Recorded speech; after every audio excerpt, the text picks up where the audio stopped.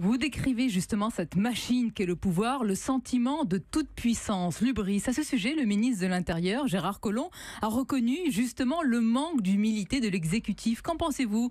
Que pensez-vous de cet acte de contrition? Ça va vraiment changer quelque chose? Je pense que c'est un peu de lucidité. C'est vrai que l'hubris, chez les Grecs, c'était vraiment la pire chose qui pouvait arriver à un responsable politique. C'est-à-dire d'être pris dans une espèce d'ivresse du pouvoir où, au fond, il arrêtait de voir la réalité.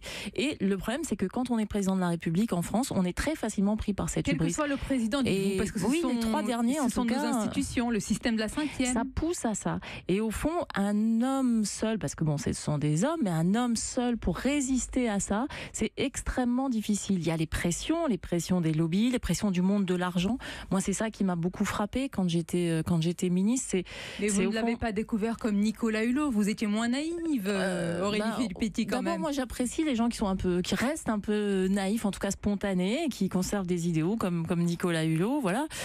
Mais sincèrement, je ne pensais pas que c'était à ce point. C'est-à-dire qu'au fond, j'estime que notre système, notre démocratie est quand même minée par la force et l'influence du monde de l'argent et des gens qui ont vraiment beaucoup, beaucoup d'argent. Une toute petite minorité que j'appelle les inégaux, parce qu'au fond, ils se vivent eux-mêmes comme étant au-dessus des lois et au-dessus des autres.